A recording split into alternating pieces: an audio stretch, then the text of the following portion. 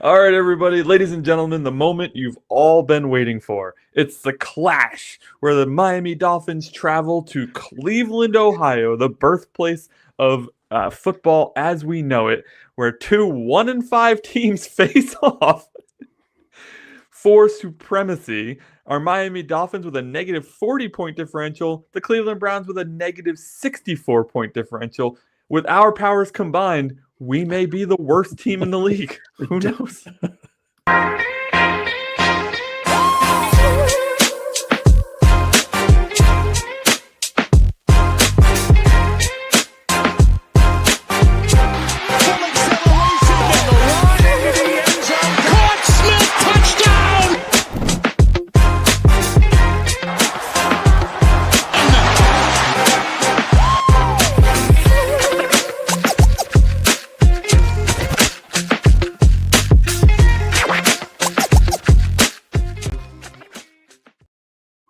Hey everyone, welcome back to the 305 Gridiron, your source for all things Miami Dolphins chatter. We're talking previews, we're talking reactions, we're talking breaking news. The only thing we're not talking is about the success of our team right now. Winning. Winning football is not on the agenda. Oh man. So welcome back to the show. My boy Josh over here. I'm actually getting the camera stuff right now, which I'm super pumped about. I respect it. It's great. I just have to point the wrong way and I get it. Yeah. And then, of course, in the chat, we got Jorge representing as usual. Welcome to the show, Jorge. And Abel is here as well. Welcome to the show, guys. Thank you so much. Our fellas. That's our groupies, really. I love it. Never thought I'd have groupies, but here we are. We wouldn't be here without y'all. It's great. So today's show, we are previewing Miami Dolphins at the Cleveland Browns. As I mentioned in the pre-intro, two 1-5 teams facing off. I would say that the Dolphins have looked like the better team over the past 2 weeks. The Browns are playing Dylan Gabriel, which we'll talk a little bit more about. Mm-hmm. They've traded Joe Flacco off to the Cincinnati Bengals. And it really feels like two coaches on their last legs battling to keep their jobs. Do I think that the result of this game will have any effect on that? Not really. I mean, you can't go to your owner and be like, but I beat the 1-5 Dolphins or I beat the 1-5 Browns. Yeah.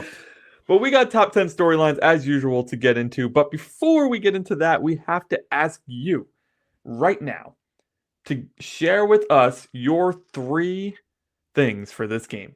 Who is your X factor? That's the person who's going to have the biggest impact on the game it could be the Dolphins or Browns. Typically, we pick Dolphins because it's a Dolphins podcast. If anyone puts a Brown, I will applaud you. I was tempted to. Your bold prediction for this game, make sure that it's very bold. And then your final score. Josh and I have gotten to the point where we have changed our final scores on like 2 or 3 shows in a row from our preseason final scores because the team is nowhere near what we thought it was going to be. Yes. But yeah, so in the chat, hit us up. Also, like and subscribe. Huge shout out to you guys. After yesterday's show, we gained 4 more subscribers, which to a small channel like this is absolutely huge. So really appreciate that. If you haven't subscribed yet and you like what you hear so far, then that'd be great. Hit the subscribe button. It is free. We're close for our first milestone that we set when we started this channel. 75 subscribers. We are very close. So really appreciate each and every one of you. Absolutely. So what do you say we just get right into the content and talk about Dolphins Browns? All right, let's do it. Number 10 on the top 10 storylines, our top 10 storylines heading into the Miami Dolphins at the Cleveland Browns. Week 7 preview. Mm-hmm. How is the locker room going to respond to Tua calling them out and then essentially apologizing today? Yeah. So for those of you who didn't hear it, Tua publicly challenged his teammates after the game, and not in a way that is indicative of a good leader, in a way that's indicative of somebody whining after a loss. It wasn't a good look. Even McDaniel the next day was like, yeah, that not really what we want to see from our QB1. And then, of course, Tua comes out and apologizes today. Yeah. I've heard some jokes on other shows like, hey, are they going to pull the whole, is the offensive line going to pull the whole, well, we're just not going to block on this first play of the game sort of thing? Was that Adam Sandler movie? Was it The Longest Yard? Yeah, the longest yard. Yeah. Yeah. So, interested to hear your thoughts on how do you think this locker room is going to respond, man? Like, this is a pretty unique situation and not something that you necessarily want to hear from your leader. Yeah, I think it was a big step for him to apologize. I think it was warranted because, well, I don't think he should have done it to begin with because, like we've heard from so many players that have come out on their own individual podcasts and in national media, what goes on in the locker room stays in the locker room. You don't put that shit out into the media. And you could tell that was frustrating, in my opinion, at least. I mean, for whatever that's worth. This was very frustration driven, to your point, where they're coming off another bad loss where he did his job and drove us down the field, and the defense gave up the special team / defense gave up a game winning field goal. And, you could tell that this was him being kind of a salty, snippy little jerk. Yeah. Sorry. I was trying not to cuss. Yeah, I figured. And I think it goes a long way for the locker room to see him own up to it, which I don't know if you watched the press conference and if you know the ridiculousness of this whole situation out of the equation, I thought he really did own up to it. He took it on the chin and said, I made a mistake. I've talked to the guys. I've apologized. We're going to keep this in house kind of stuff. So I don't think it plays any. I don't think like players are pissed off at him, or maybe they are, but I don't think it'll show up on the field. I don't think his whole O-line is going to say, fuck it, we're just going to let you get sacked the whole game. At least for the first play. Right, exactly. But, I think it's not what you want to see out of your kind of quote-unquote leader in the locker room. But this is what you want to see on the back end of it, him taking ownership quickly. And that clearly was, I'm assuming, franchise-driven. Yeah, he was told to. That's why I don't give him any credit. But again, right? These are men, young men, but men nonetheless, and they certainly can be told to do something. And we've seen it plenty of times where they don't do it, or they don't do it the right way, or whatever the case is. And you could tell he was, at least from my perspective, he was genuine. Do I forgive him for what he did? Sure. I mean, I don't really give a shit. What do we care? Yeah, go out there and throw the ball. Yeah, exactly. How about you not throw 3 interceptions? Then I'll really like you. Yeah. I knew it was real when Teron Armstead came out on his podcast and said, like, dude, no, that's not. Teron Armstead does nothing on his show but defend the Dolphins and defend Tua. Didn't matter. 0-3, he was like, nah, the team is doing good stuff. Like they just haven't gotten over the hump, and like immensely positive about this team. So then when he comes out almost immediately after that conference, and it's like, no. And I'll be honest with you, I kind of love it though. Right. I love that. So this is the accountability that I want for the entire team.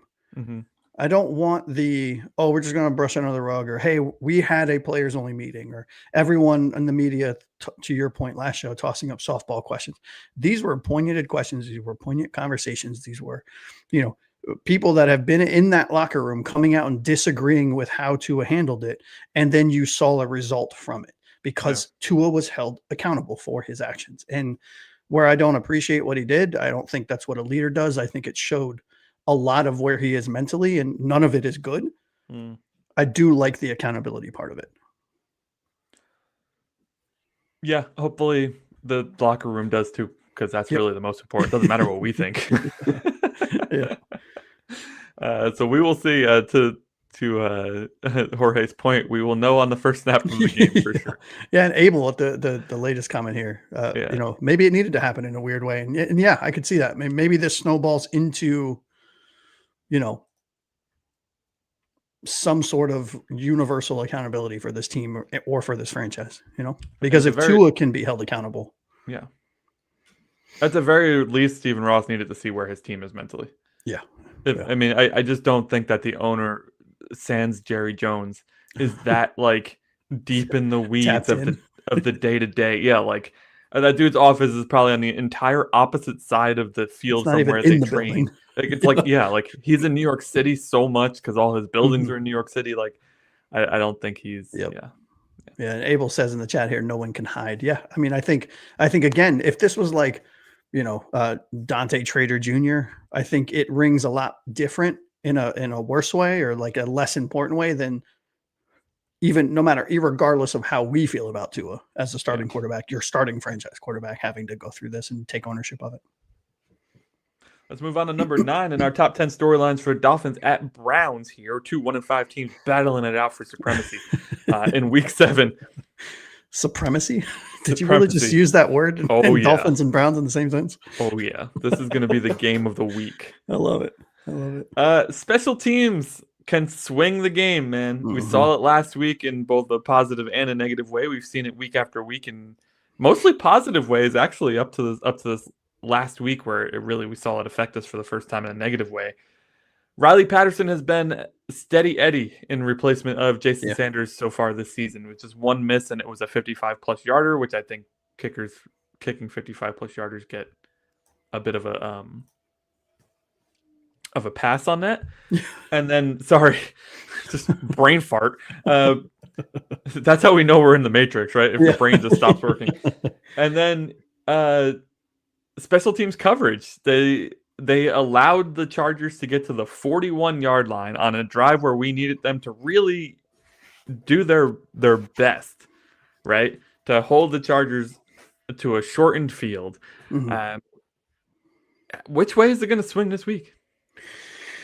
Yeah, it's hard because they're beginning, first couple games of the season, I think you and I were both very adamant about the special teams unit for the Dolphins being the best unit of the 3 core units on the team, right? I mean, they were leading the league in return average. They were leading or one of the top 3 teams in preventing teams from getting yards on kickoff and on punts.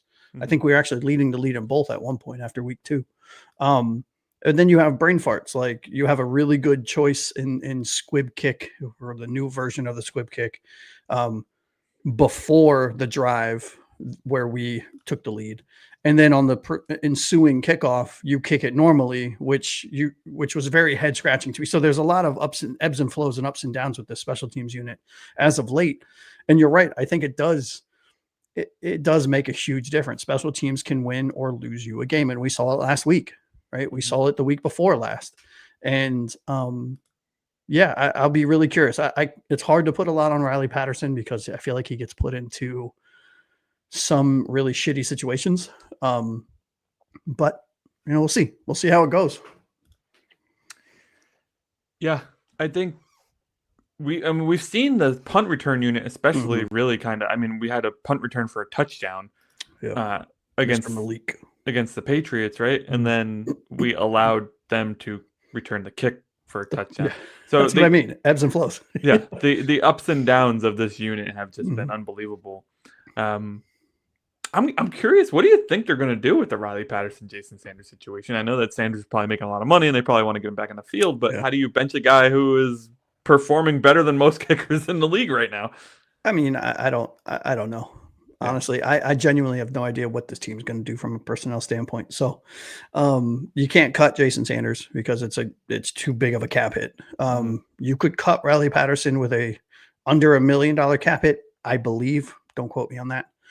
And I think from a talent standpoint, I think they're very interchangeable, and I would probably lean towards wanting Jason Sanders back over Patterson just because I'm familiar. I like familiar. I get comfortable with something that I'm familiar with. I can't think of the right way to say it.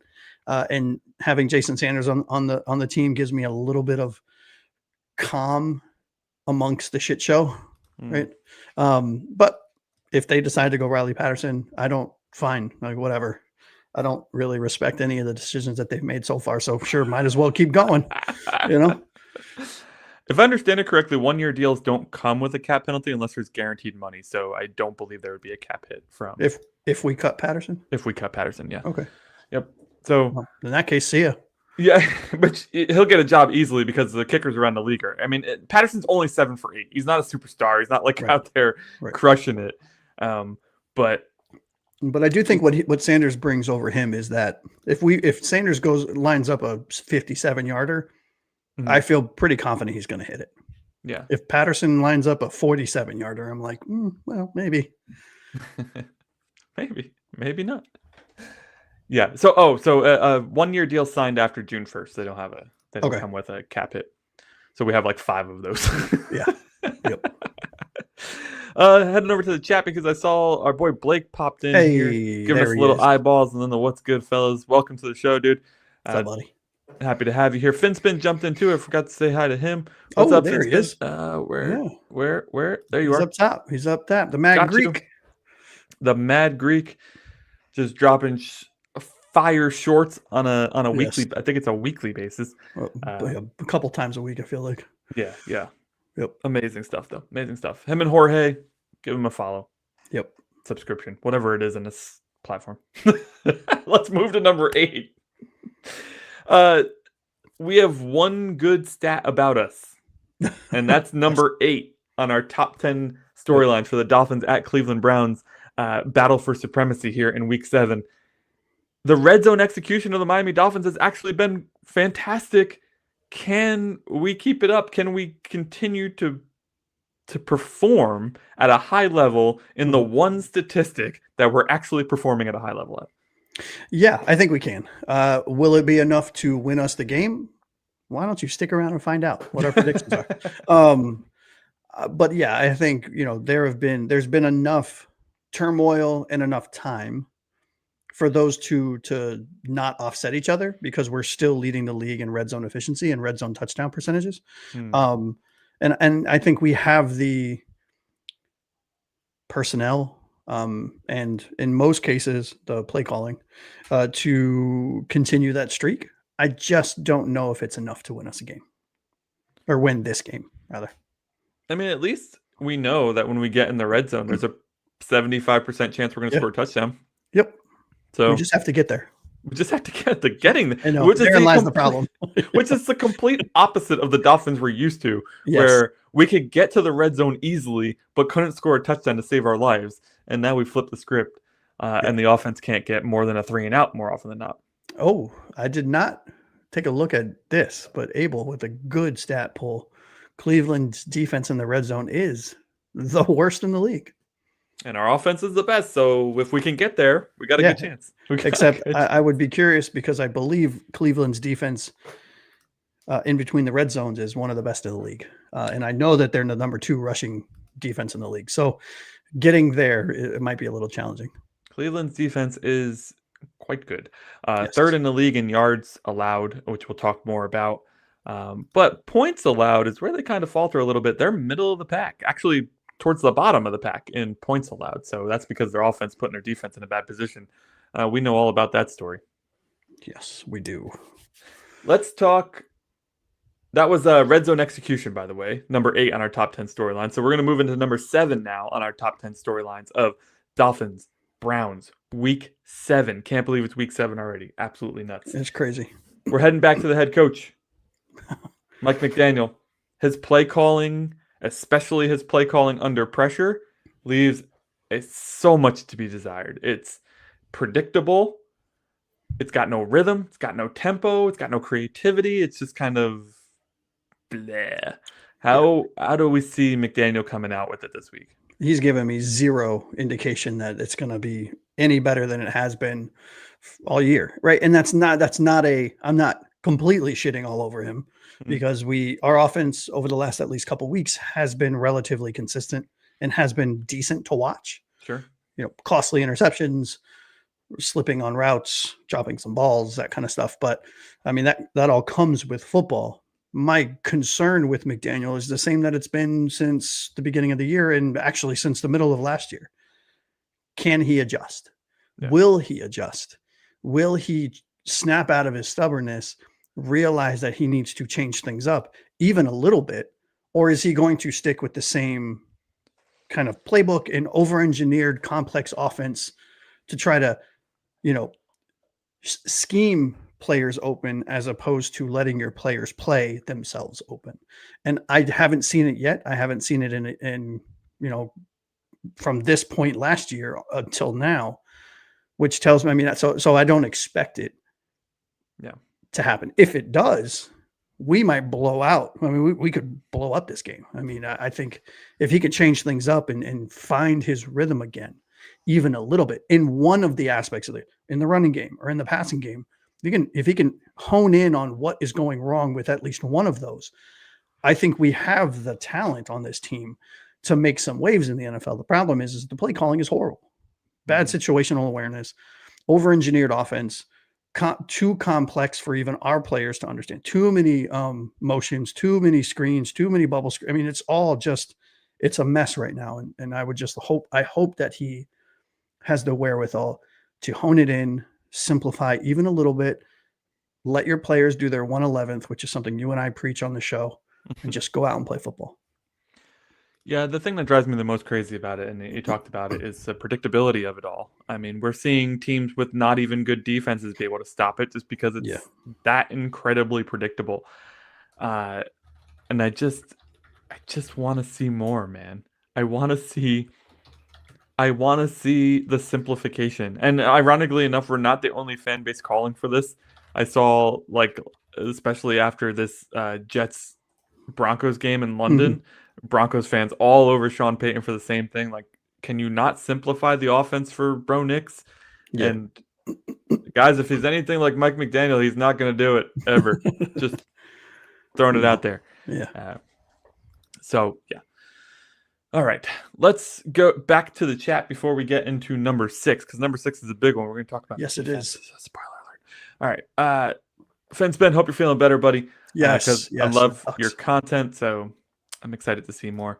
We already talked about that. Myles Garrett knows he won't get to Tua. He's never had luck so far, and he mentioned it the last time they played. I'm not hanging my hat on that, though. Well, look at the last comment. That is a crazy stat that I did not expect. How many times has he played Tua? 0. No, I'm kidding. We play the Browns, once every 4 years? years? Yeah, hold on. Let me look. I'm going to look it up while you're reading the chat. Hold on. All right. And then Blake says, the more I've been thinking about everything, I honestly feel like everyone is safe besides Tua.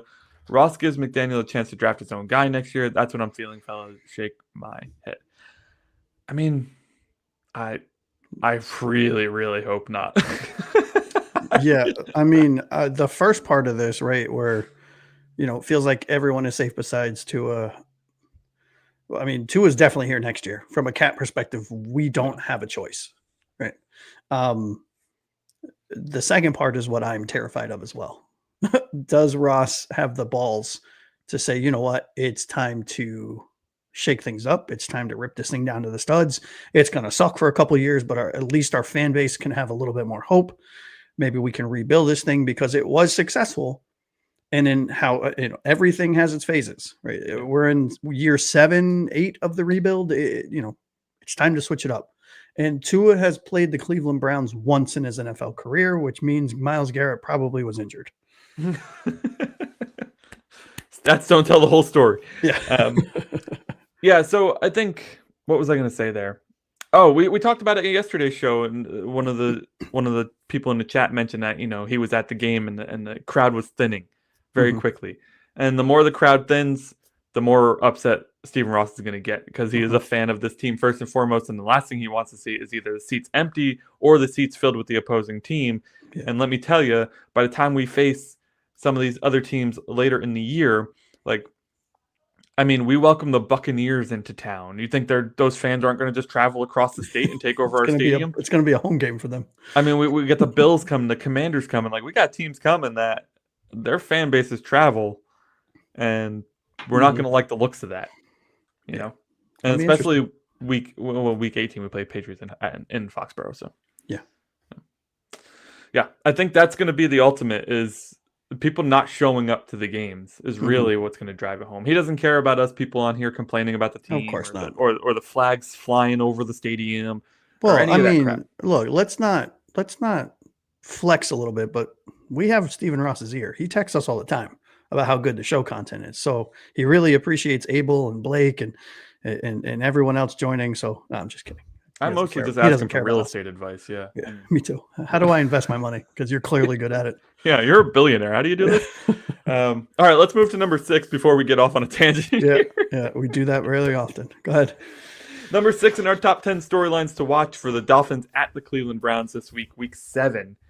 Can Weaver finally fix this defense? We're facing a rookie quarterback who's looked hella uncomfortable behind an offensive line that's almost as patchwork as ours is. We do face a good running back. unfortunately, and we face 2 good tight ends, which is a nightmare because we can't even cover 1 tight end, let alone 2. So what are we doing, man? Our defense is bleeding points at this stage of the season. Like, what can Weaver even do to make this better? Nothing. I mean, he is. I don't know. It's hard because I flip. I feel like I flip daily between Weaver's the problem or the groceries that were provided to Weaver is the problem, right? I mean, and I don't know how to answer. You know what? I'm going to put it on the chat. Chat, chime in. I know both are bad, but whose fault is how bad this defense is? Is it Chris Grier for deciding, hey, you know what, we don't need any cornerbacks, or is it Weaver who seemingly can't scheme up any kind of pressure or put his players into proper positions, i.e. he's having defensive end covered number 2 cornerbacks. So I'd be curious to hear what you guys say in the chat, because honestly, Anthony, I don't know. Yeah. I mean, I don't know what he can do. We still struggle to cover tight ends. We have all season. They have torched us all year. And then if Njoku's playing, which I believe he's healthy finally, that's going to be. He still has a questionable tag, so we'll see. He does. Okay. Because if he plays, that's going to be a huge problem. Because their wide receivers are okay. I mean, I don't even know some of them. Yeah. And then, I don't know how. I'll pass it to you because I'll be curious to hear. I mean, what do you think he does in the run game? We've been not good at it. And Junkins is no joke. I think that's where the groceries analogy comes into play the most, is that stopping the run, there's only so much you could scheme up to stop the run. Your middle linebackers have to close the gaps. Your defensive tackles have to keep the blockers off the middle linebackers, and neither of those things is happening. So offensive linemen, guards are getting to the next level, and they're taking out the linebackers, and then boom, before you know it, the running back is in the secondary, and Minka's freaking chasing another tailback to try to save a touchdown. I think I put a lot of it on Weaver because there's too many times where I've seen pass rushers and defensive tackles drop back in coverage. Like, that's going to confuse any. Who the hell cares? Why would that be confusing? That would make me target that person. And we saw last week when we're actually rushing the passer with Chop and with Chubb and with Phillips, we actually got Herbert uncomfortable. Like, it's amazing what you can do when you have 4 really good pass rushers and you actually use them to rush the passer. Yep. And then the last thing I'll say about Weaver that really drives me up a wall is that you continue to throw Brooks out there in situations that he's not good at. When you have Willie Gay on the bench, who hasn't played a lick of football this year. What do we call him? Big play Willie Gay. There he is. You got KJ Britt finally getting some time on the field only because Dotson got hurt. Dotson was playing awful. Like, there's no... We talked about this with Mike McDaniel for a really long time. I think to the point where we just stopped talking about it because we got fed up. Like the in-game adjustments for personnel has been Weaver's biggest flaw, in my opinion. I know that you don't have a lot to work with, but the positions that you do have stuff to work with, you're either rotating too much, defensive line, or not rotating enough, linebacker. And it's just like, what are you doing, dude? I get that you have like a plethora of defensive linemen, but you spent a 13th overall pick on Kenneth Grant. Do me a favor. Stop taking him out of the game, right? Yeah, or having him drop in coverage. Right. Yeah. Right. I mean, what's the problem with having Sealer, Jones, and Grant on the D-line? Yeah. And take Phillips is the guy who comes in when somebody needs a breather, right? Boom, there's your 4. There's your rotation. Yeah. Your pass rushers need to pass rush. Yeah. Stop having, Phillips and Chop dropping coverage, and you're rushing, Grant, you're dropping Sealer into the linebacker spot, but you're letting your linebacker. It makes no sense. Again, you said this a couple shows ago, and it stuck with me, and I still laugh about it from time to time when I mention it feels like Mike McDaniel's over-engineered, over-complex offensive schemes have rubbed off on Weaver, and he has to see. He feels like he feels he needs to keep up with the over-complex kind of fun stuff, and I don't know, man. It's just it's not good. You know what's bad is I said that tongue-in-cheek, but in my heart of hearts, I do believe that McDaniel probably went to him and said, you need to keep the offense confused. Yeah. My offense keeps the defense confused. Your defense needs to keep the offense confused. None of which is true now. Yeah. Weaver's sitting there going, what the hell does that mean? I just want to rush the passer. Like, what, It's unbelievable. I don't know, man. But when you look at this defense, our defense has given up over 1,000 yards rushing in 7 weeks to opposing running backs. We are letting up 168.5 rushing yards per game. Our defense. Rico Dowdle ran for 200. What the hell is Judkins going to run for? Yep. I mean, I think Judkins is a better running back. For sure. He was the second running back taken in this year's draft. Third. And I know there was a lot of drama around him because of the contract and potentially going back to school. All that's in the past. And the dude is running like a man possessed. Yes, he is. I am terrified that we're not going to. I mean, if you're the Cleveland Browns, and I know they didn't do this last week because their coach is also under the hot seat for not 53 yards per 53 passes or something. Yeah, not being very bright. Yeah. If you're the Cleveland Browns going against the Miami Dolphins, you need to flip that and run the ball 53 times, not pass the ball 53 times. Yeah. Now, all we can hope for is that Stefanski continues to be as inept as McDaniel at this point and tries to throw the ball another 53 times. Yeah, it's crazy. So let's get into what did our boys in the chat have to say about this. You just answered my X factor. I don't know which part we answered there. At least our D won't be confused by a lefty. Hey-o, there you go. Maybe that helps. Maybe that helps. A small lefty, just like their quarterback. Browns are averaging 13.7 points per game. I think our average giving up is in the 29 to 30 range. We're giving up 29 to 30 points per game. So maybe we can lower our points per game allowed. And my prediction says that later on. Spoiler alert. Weaver play calling is terrible. Even with the injuries that we have on defense, he can still put the right players playing their position. 100%. Yeah, they're out of position. He caught the McGenius sickness. That's what we're calling it from now on, Abel. Do we have your permission? It's not copyright, so yeah, we do. No, that's a perfect summation of what's going on. Yeah. All right, buddy, top five. Let's review what we're. Oh, you want me to review? That's right. Yeah, let's review. Let's review the number 10 through number 6 on our top 10 storylines for Dolphins at Cleveland Browns. Like I said, 1-5 versus 1-5. This is the game of the week right here. How does the locker room respond to the public criticism that Tua gave them after the game last week? Number 9, special teams has been a very up and down roller coaster. Which way do they swing in this one? Storyline number 8 is red zone execution has been on point for our Fins. Can we get there enough this game to actually make it count? And number 7, Mike McDaniel's play calling has been pretty rough, but no more rougher than it is during pressure situations in the game. Can he, 1, have a lead so big he doesn't need to worry about it, or 2, put it all together and actually call a good game 100%? Or I'll take 80% at this point. Fuck. At this point, I'll take 65%. And last, number 6, on our top 10 storylines, can Anthony Weaver fix this defense? Can he improve upon what we have been doing so far, which, let me tell you, it would not take much to improve on what we've had. I mean, that's all facts, man. All right, so number 5 on our top stories to watch for the Dolphins Browns game. Waddle as wide receiver 1. And I am so glad that it fell this way because I know how I feel about Waddle. The fans in the chat know how I feel about Waddle. Yeah. They also know how you feel about Waddle. And with Tyreek out, Waddle is kind of the de facto focal point, if you will, in the passing game. Can he consistently win against the tight coverage that the Browns defense tends to play? They are a very overly aggressive, very physical defense. How does he do? What are your thoughts? It's such a good question because there's two problems I have with Waddle. One, it seems to be injured very often for no reason. And 2, he cannot stay on his feet. And most of the time in our group chats during a Dolphins game, I'm like, can somebody get this man some cleats? He looks like he's out there playing in tennis shoes. He's on the floor so often. And I think that's going to, Cleveland's going to see that, and they're going to be trying to put him on the floor.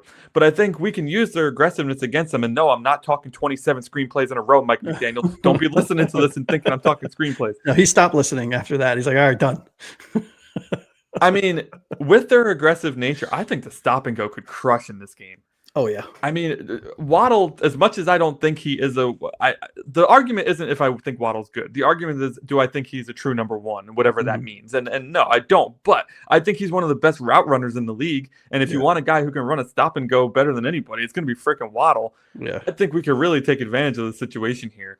They got a corner out there who's second, the trade with the Jaguars. It's only his second game with the Browns now. They traded Greg Newsome for some corner from the Jaguars, who I can't remember his name. I think that Waddle, I wouldn't be surprised to see Waddle be some of the chat's X factor in this one. He's not mine. He's not yours. Spoiler alert. But I wouldn't be surprised to see people say, like, yeah, he could be the X factor in this game. Yeah, he goes off for like 150 yards and 2 touchdowns. Right. Because I think the aggressive nature of the Browns defense will allow that. Will open up opportunities if Tua has, one, if he has the time, and two, if he has the vision, which was the big thing where we've seen lacking this year, that has been his strength, his vision over the years. But this year it's been nowhere to be found. I think that Waddle absolutely has the talent to take advantage of this defense. It's whether or not that we get the time to do it. Yeah. You know who else I can see having a really big game with how aggressive their defense is Darren Waller. Yeah. I mean, big, fast guy, go up the seam, bust. My big worry with him is Schlesinger is going to be covering him. Yeah, that's true. And, that's a guy we loved coming out in the draft this year. God, yes. And he's playing very well. He's every bit of amazing as we thought he might be. I'm telling you, man, between the two of us and Taylor, who, for those of you that don't know, Taylor was one of our co-hosts on a past podcast, and man, we hit on a lot of the names that we liked. And I'm telling you, Stephen Ross, if you need some directors of scouting, come find us. I'll be an assistant. I don't care. You want me to get your coffee and slip you a little paper every once in a while? It says like Carson Schlesinger, no matter what. I'll do that. Nice reference, dude. With the number 1 overall pick. That's funny. All right, number 4 on our top 10 storylines for the Browns and you want to do chat first? No, let's get through 4. Right. We'll get to the chat, and then we'll finish up the top 3. I'm looking out for my chatters over there. I know. I'm watching Arby's references, and I see Happy Evelyn is back. Thanks for joining. Yep. Happy to see you. All right, number 4 on the top 10 things to watch during the Browns and Dolphins game is Achane versus the Browns defensive wall. Oh God, give it to me, buddy. It's probably the toughest matchup he's had all week or all year, not all week. Probably that is also accurate. I mean, let's just take a second. I'm gonna look at the Browns defensive line. Myles Garrett, Malik Collins, Mason Graham, and Isaiah McGuire on the D line. By the way, Jerome Baker's on the Browns. Didn't realize that. Oh yeah, him and his mama. There we go. Jeremiah Owusu-Koramoah is out, thankfully for us, but they still have Devin Bush, Carson Schlesinger at linebacker. They got Denzel Ward and Grant Delpit in the backfield. Buddy, this is going to be a team that is looking to stop Achane, right? Yeah, I think Achane. That's if you're looking at the scouting report for the Miami Dolphins offense as the opposing team, and you're like, who's the guy we need to stop? It's the guy who has 100 yards of scrimmage a game, and I think probably a touchdown a game at this point, in De'Von Achane. And they have the tools to get it done. So I'm really worried about Achane this week. I do think he will still find a way to slip through the cracks because he's a slippery little running back there. But I am concerned that it's going to take significantly more touches this week than it normally would. Yeah, and you know what? Honestly, I feel the same way, and I don't hate it because what have we been saying? Yeah, Achane needs to get more touches. I think he's averaging 12 a game, 13 a game, or something like that. That's half of what he should be averaging, in my opinion. I mean, I think you're going to need 25 to 30 if you want to win this and you want to get him going. Like, you're going to need to wear the defense down. And the only way to do that is to keep running it. So if you want to split that between him and Ali, because Ali is better at the ground and pound and can wear them down a little better. Yeah. Like you see the Lions do this all the time. They'll have Montgomery come in and run the ball 4, 5, 6 times in a row just to beat the crap out of the defensive line. And then here comes Gibbs. Oh, look, the hole's wide open because these guys are tired as shit. Exactly. Yeah. It's going to be interesting. I hope he has a big game because I own him in fantasy or in dynasty rather. Yeah. But I think to your point, this team goes as Achane goes, right? Because I think when he has a big play, the defense kind of loses track of one of the other players because they double down or triple down on him. So yeah, I'll be really curious to see how he plays behind a questionable offensive line against one of the better run defense teams in the league. Yeah. All right, let's hit the chat, buddy. All right, let's do it. Where did we leave off? Here we go. The best thing I saw when our run D was on the field was at a commercial for Arby's steak nuggets. Now they looked good. There we go. Good mood food. There it is. There's no truer statement than this. We talked about it in the reaction show too. Tua was absolutely the hero of the game. If the defense could have held on for 45 seconds. Yep, which is absolutely a prime example of how this game is. It's a game of inches. And this man would not be a billionaire if he did this, my friend. Nope. That'll never happen. Don't hold your breath. Billionaires do not give money back like that. Nope, sure don't. We need to pull the play both Washington and Atlanta did on the 2 Monday Night Football games. A fake screen, fake throw, and go. Both teams' wide receivers got wide open for the touchdowns. Keep it simple, stupid McGenius. Yeah, this is a problem for him. I was like, Abel, I am not kissing McGenius. I don't know. I don't care how many times you ask me. Big fat kiss. Tastes like cocaine. It'll be great. It probably does. Abel says, Arby's is good. It gets too much hate with you, Mad Greek. Mad Greek says, what? This game is going to be a close call. I agree. Yep. Spoiler alert. We agree with you. Yes, we do. All right. Well, before I start, again, we've said it a million times. We'll say it a million times more.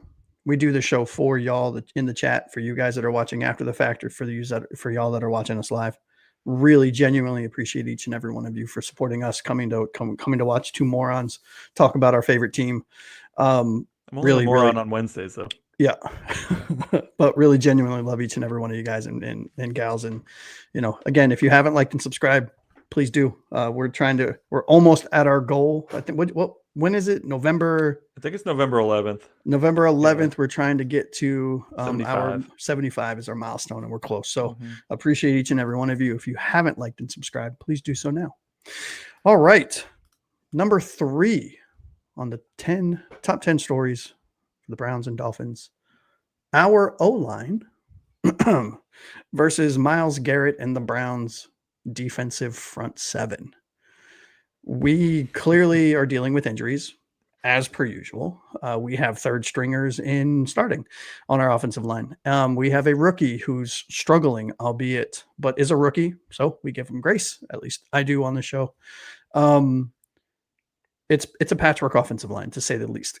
How do you see them holding up against the Browns front 7? And do you think, with maybe help from the tight end or help from Ingold, they can contain Garrett enough to make a difference? Well, they sure should be better be playing some 22 in this game if they want to defend their quarterback, which is our best formation, right? I jokingly texted you that Larry Borum is going to retire after this game, after Myles Garrett gets done with him. He's going to retire before the game. To which you poignantly responded, he's already signed his retirement papers. I mean, I just can't even. I don't see a situation where we win that matchup. Like, you literally need to have somebody chipping him on almost every play. Now, if he's one-on-one with Patrick Paul, I give the kid a chance. I do, and too. I say, okay, let's see if you can do it. I'm not confident Patrick Paul can do it, because I think Myles Garrett's got 10 years of experience and moves behind the curtain there, and Patrick Paul's in year 2. But I do feel more confident than Larry Borum potentially, trying to stop him. But, like, aside from Garrett, who obviously is a superstar, going to be a first ballot Hall of Famer, I can't believe he re-signed with the Browns. Don't get me started. I'm so annoyed with him for doing that. Yep. But, they got the kid Mason Graham in the first round. It was Kenneth Grant's teammate in Michigan. They got Swessinger, who can come in on the blitz. They got this kid Malik Collins, has 3.5 sacks and 3 tackles for a loss this year. And even Isaiah McGuire has 4 tackles for a loss and a sack this year. So, like, their defensive line is pretty good. And our offensive line is pretty bad. So how do I feel about it? Not great. Okay. Well, let's look into your crystal ball, because I agree with you. It's not a good matchup for us. But, I mean, realistically, what do you see happening? Do you see Garrett going off for like 3.5 sacks and Tua has 0 time? Or do you see the offensive line holding up enough so that typically, I should say, the quarterback with the quickest release in the NFL, in Tua, gets it off fast enough and has just enough protection to prevent Myles Garrett from, having a career year or a career game? Yeah, I mean, amazingly enough, we're only giving up about 2 sacks a game. So, from that stats perspective, we're not doing too bad. Yeah. My big concern here is that Myles Garrett might just say, okay, he releases it really fast. I can't get to him. Let me just put these big old mitts up and see if he can throw through them, which I'm not very confident in. That's something I'll be watching in terms of storylines. I'll be watching a lot is how many times is Tua getting affected by the hands in the air by the defensive line, especially Myles Garrett. I know that Patrick Paul is a big boy, which only adds fuel to that fire because that means Garrett can actually use him to his advantage. And vice versa, but I would definitely give the edge to the I don't know perennial All Pro bowler. Yeah, I don't know if it's obvious. I'm a huge Myles Garrett fan, so Me too. First ballot for sure. I mean, this is one of the premier pass rushers in the league. The only thing we can do is try to contain him. If they get 2 sacks, let it be his 2 sacks, and that's it. I think whoever like the rest of the offensive line needs to contain their guy and let the tight end and whoever's on Garrett focus on him. I mean, do you think that Garrett's a first ballot? Oh, easy, right? Yeah. All right, number 2 on the top 10 storylines to watch in this Browns and Dolphins game. Number two, Tua's clutch factor. Right. So we know his decision making has been trying to be nice, questionable at best. His accuracy has clearly taken a step back. We've said it on the show. He's clearly regressed in a lot of areas. Do you think he comes up clutch in this game and really puts the team on his shoulders? Maybe after a kind of a rocky week with the media stuff and his comments and having to apologize, and maybe that sparked something. He's been a little bit more of a salty Tua guy, which we both know salty Tua is a good Tua, but too much of one thing, too much of a good thing kind of thing. How do you see Tua being Tua's clutch factor playing a part in this game? I mean, I think Tua has been clutch. I think, I'm obviously kind of been down on him lately, but if we're looking at, there's 3 games I can point to this year alone where, I'm going to say 2 games because the Patriots game, it was a punt return for a touchdown that got us into position, not Tua. So let's go the last 2 games at least. We'll stay recency bias. In the fourth quarter against the Panthers, we get the ball and we score with 4 minutes and 42 seconds left. A 46-yard dot from Tua to Waddle to put us up 24-20. And then what happens? The Panthers go right back down the field, 8 plays, 83 yards, score a touchdown with just a minute 59 left in the game. So would I have liked to see another 2-minute drill that was successful? Sure, I would have loved to see that. But he already led the game-winning drive. Like, the defense needs to take some responsibility there. And then, of course, we all remember what happened against the Chargers. A 7-yard pass, 13 plays, 82 yards. We ate 5.5 minutes off the clock with the touchdown pass to Waller with 46 seconds left to go in the game. And the special teams lets the Chargers get it to the 41. 6 plays, 44 yards later, the Cameron Dicker's kicking a 33-yard field goal to win the game 29-27. This is back-to-back games that were not Tua's fault that we lost. He led back-to-back game-winning drives in the past 2 games. So do I think Tua's been clutch in his career overall? No, but I think he has been clutch these past 2 games, and I understand his frustration. I wish he didn't come out and say it in the post-game interview. But I think that in the past 2 games, if we're looking just at those 2 games, he has been clutch. He has shown growth in that area of his game. Ironically enough, the 2 games without Tyreek Hill. Say what you will about that. So I'm choosing to keep my mouth shut on that topic.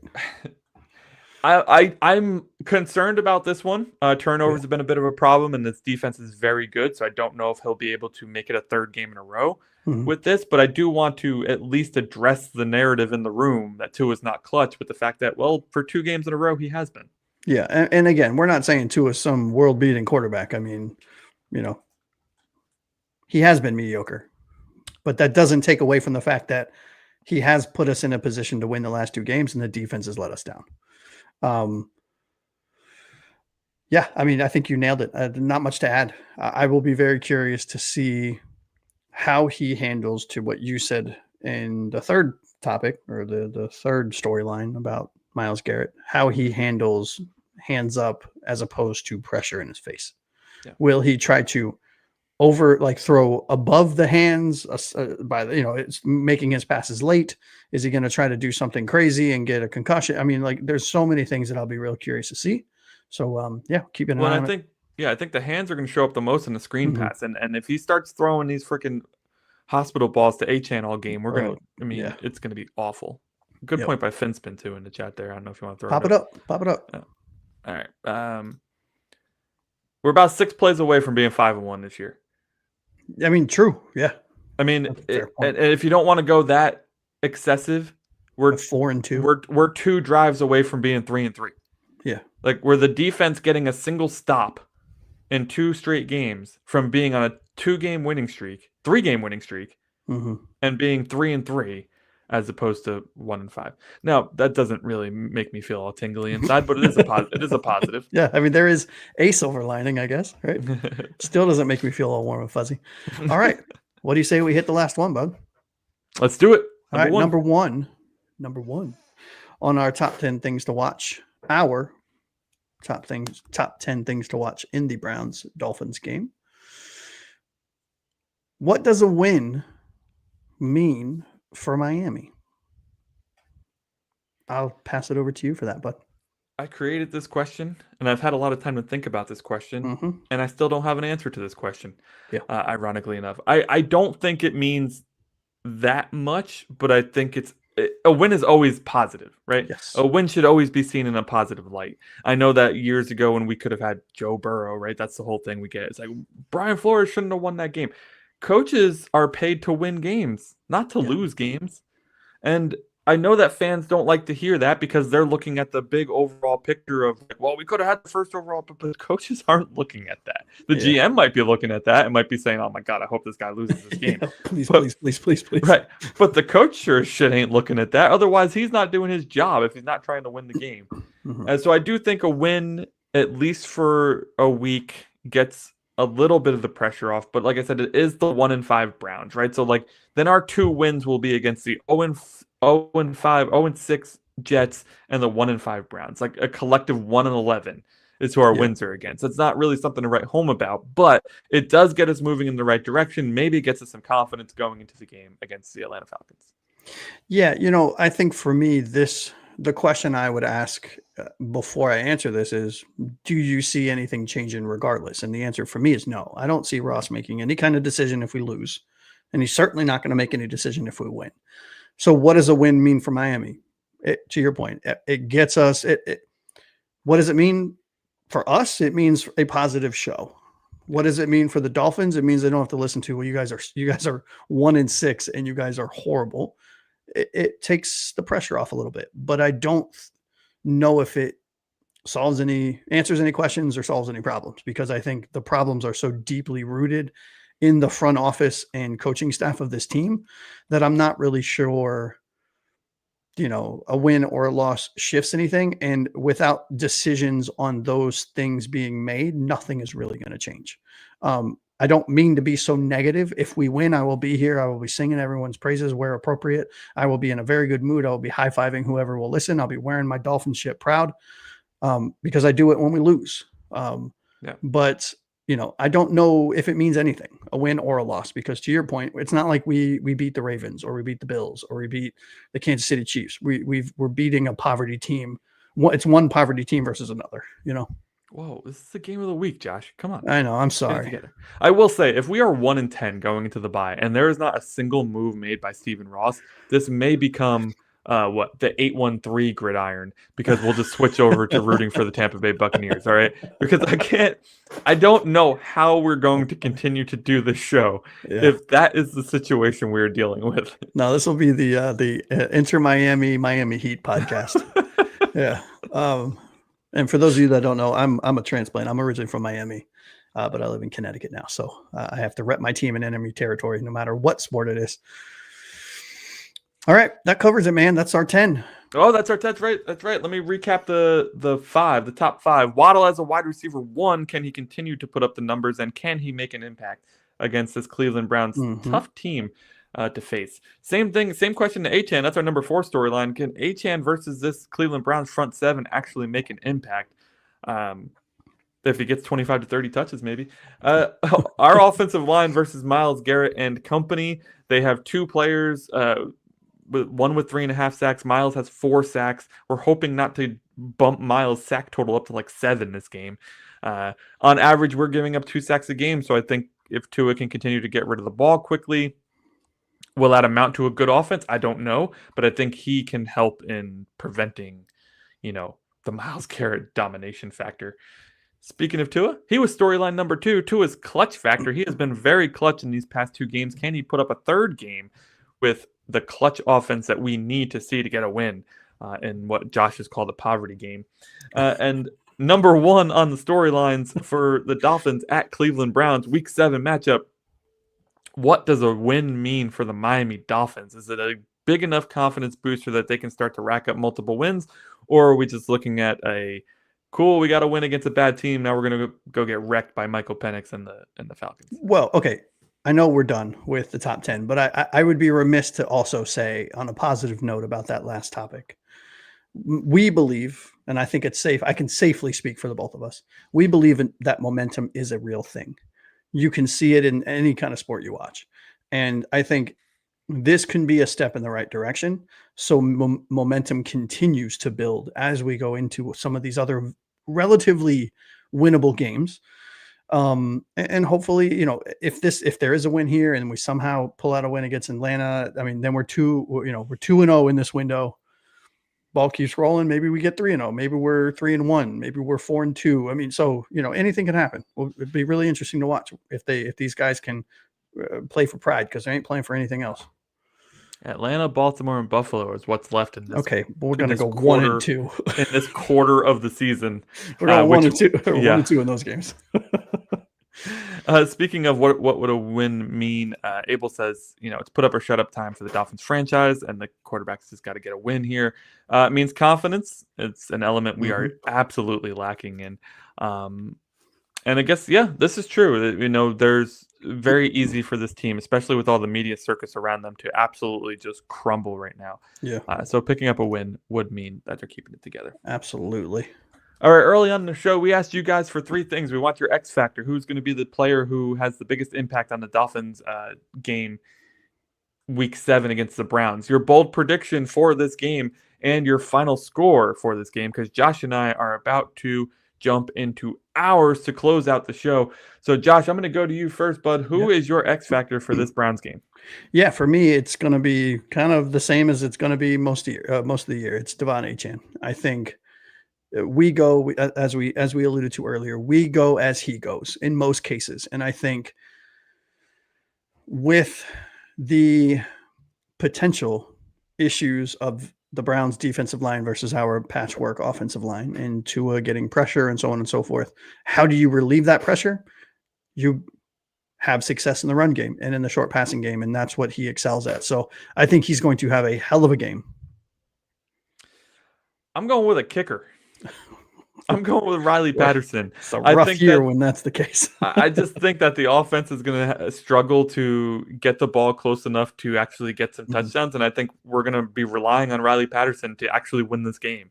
We're going to need him to hit some of those 50-plus yarders, and I think there's going to be a lot of pressure on him, but I think if he can show up in this moment against a defense that we're likely going to struggle against, then he can solidify himself a job elsewhere once Jason Sanders comes back.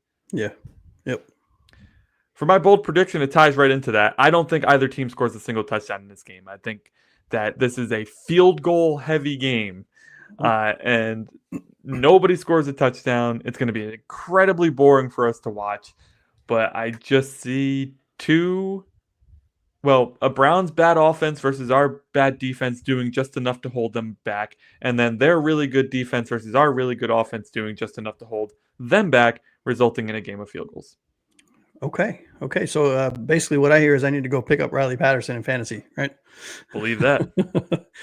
My bold prediction is the polar opposite. I think Achane, who was my X factor, is going to have a monster game, and I have him at 145 scrimmage yards and 2 touchdowns. Wow. Now, is that bold? Is that bold? I mean, I think it's like an average. So I don't know if it's bold enough. Maybe it's not. It is against the Browns, I guess. Ollie Gordon is going to have 100. No, I'm kidding. I don't know what the Browns are giving up Well, they're number 2, at least at the end of last week's games. They were ranked number 2 in run defense. They're the number 3 now. They're giving up 79.7 rushing yards a game. So yeah, that would be. So maybe it is bold, right? Yeah. It's double that. So I'd say. Well, that's not just rushing, scrimmage yards. So in the passing game too. Yeah. That's true. All right, final score. I did change mine. Me too. Sticking with the field goals only approach here, I have the Dolphins actually falling in this one, 12-15. 4 field goals for Riley Patterson, 5 field goals for whoever the hell their kicker is. A fucking snooze fest. It's a 9 field goal event.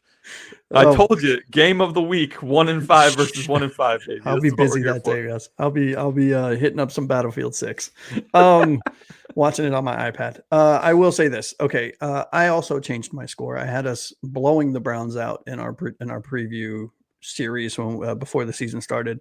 I have us also losing in a very close one, which I cringe to have to say this. But I see this being exactly like last game where we take the lead late and our defense just shits the bed and they go down and score a field goal. I have us losing to the Browns 17-19. It's interesting. We have been a team that has given a lot of other teams either breaking their curses or giving them first this year. It would be very fitting to give Dylan Gabriel his first NFL win. So our final scores are probably not what you expected, but listen, maybe we're just trying something different. Maybe it's a little reverse psychology. Little universal reverse psychology, right? Let's get into some of the chat's These are some good predictions here. There's some good ones. Jorge says his X factor is the defense and need a complete game. He has the Dolphins winning 17-15. He also sees a lot of field goals in this one. And his bold prediction is Darren Waller gets 13 for 88 and 2 touchdowns, which would be absolutely incredible because I'm probably not starting him anywhere, and that would just kill my bench. Garrett is a factor in this one. Our offensive line on the right side is a weakness. Yes, it is. For sure. Abel has the offensive line as his X factor, just holding it together. Very simple. That's can't get much simpler than that. And Finspin has Ollie Gordon. He thinks that the Browns own the edges, so Achane might struggle, and Ollie can break out going up the middle. That is really bold, and I really appreciate that. Ollie Gordon breakout game. Last one, Abel has Waddle having over 125 yards and a touchdown, with the Dolphins winning this one 20-17. So I think we all see a very low score in this game. Yep. Which means a lot of rage typing back and forth the entire day. Yeah. And a lot of all caps with angry emoji faces on my notes. Oh, man. Yep. Last game, I like at the end of, like, once they scored twice in the third quarter, I text you guys, that's it. That's the end of the game. Yeah, I think after that happened, I switched to Battlefield 6 and was watching the game on my iPad. All right, so Blake says he doesn't even know anymore. That's a bold prediction. Bold, very bold, very bold. You know what, Blake? You're the X factor, sir. Yo, buddy. All right, guys. Unfortunately, it is time for us to end the show now. So a big shout out to Finspin and Abel and Blake and Jorge for joining us here. And Happy Evelyn joined us for a little bit. I don't know if she's still here, but thank you so much for joining us. We really appreciate you guys having you guys here to chop up this Dolphins versus Browns 1-5 versus 1-5 matchup. I really like you guys showing up to this is huge. Thank you so much. Yeah. Big shout out to Jorge Show. He's trying to get his YouTube channel off the ground over there as well. So shoot him a subscribe. Phenomenal content for a lot of the guys in our chat. We got Finspin. He's throwing up some shorts on a daily or a regular basis right now. He said he's a little sick. And then Frozen Fin Fan is a nice friend of the show if you're looking for even more Dolphins content. I think he's on a little bit of a hiatus right now because he's got some throat thing going on. But yeah. Also, like and subscribe here if you haven't done so yet. We appreciate you guys so much. We need 75 followers by November 11th. We are almost there. Be part of the cure, not part of the problem. Be part of the movement. Yeah. So we will be back on Monday with our reactions to the Dolphins versus Cleveland Browns. Hopefully a victory this time around. If not, we'll be back again next Wednesday to talk about the preview of the Falcons game, which is who we have in Week 8. That'll do it for the 305 Gridiron. That is Josh, a.k.a. Aqua Ace, to my left. I, of course, am Anthony Pinzone. Thank you so much for watching. Really appreciate you guys. And until next time, fins up, baby.